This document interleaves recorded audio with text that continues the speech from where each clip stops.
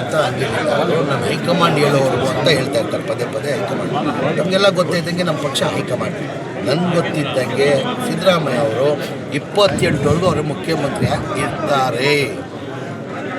ಆಯ್ತಪ್ಪ, ನವಂಬರ್ ಕ್ರಾಂತಿ ಅಂದರು. ನಾನು ಆವತ್ತು ದಿಲ್ಲಿಯಲ್ಲಿ ಹೇಳಿಕೆ ಗೊತ್ತಿದೆ, ಯಾವ ಕ್ರಾಂತಿನೂ ಆಗಲ್ಲ, ಯಾವ ಕ್ರಾಂತಿನೂ ಆಗಲ್ಲ. ಯಾರು ಕ್ರಾಂತಿ ಅಂದವ್ರೆ ಅವ್ರಿಗೆ ವಾಂತಿ ಭೇದಿ ಆಗ್ತದೆ ನವಂಬರ್ ಆದಮೇಲೆ ಅಂತ ಹೇಳಿದೆ. ನಾನು ನವಂಬರ್ ಹೋಯ್ತು, ಡಿಸೆಂಬರ್ ಹೋಯ್ತು, ಈಗ ಜನವರಿ ಸಂಕ್ರಾಂತಿ ಅಂತಾರೆ, ಅದೂ ಹಂಗೆ ಆಗಲ್ಲ, ಏನೇನೂ ಆಗಲ್ಲ. ಹೈಕಮಾಂಡ್ ಸಿದ್ದರಾಮಯ್ಯ ಜೊತೆ ಇದ್ದಾರೆ. ಈಗ ಯಾರನ್ನ ಸಿದ್ದರಾಮಯ್ಯ ಅವ್ರಿಗೆ ಬದಲಾವಣೆ ಮಾಡಬೇಕಾದ್ರೆ ನಾವು ನೀವು ಮಾಡೋಕ್ಕಾಗಲ್ಲ. ನಮ್ಮ ಹೈಕಮಾಂಡ್ ಪಕ್ಷ, ಕಾಂಗ್ರೆಸ್ ಪಕ್ಷ ಹೈಕಮಾಂಡ್ ಪಕ್ಷ, ಅವ್ರು ಮಾಡಬೇಕಾಗಿದೆ, ಅವ್ರು ಮಾಡಬೇಕಾಗಿದೆ. ಈಗ ಹೈಕಮಾಂಡ್ ಏನು ತೀರ್ಮಾನ ತಗೊಂಡು ಅದಕ್ಕೆಲ್ಲ ನಾವೆಲ್ಲ ಬದ್ಧ. ಅಂದರೆ ಒಟ್ಟಾಗಿ ನನ್ನ ಅಭಿಪ್ರಾಯ ಸಿದ್ದರಾಮಯ್ಯ ಅವರೇ 28ವರೆಗೂ ಮುಖ್ಯಮಂತ್ರಿ ಆಗಿ ಇರ್ತಾರೆ. ಕಾಂಗ್ರೆಸ್ ಬಂದಿದೆ. ಈಗ ಶಿವಕುಮಾರ್ ಅವರು ಮುಖ್ಯಮಂತ್ರಿ ಆಗಬೇಕಂತ ನಾವು ಬಯಸ್ತೇವೆ.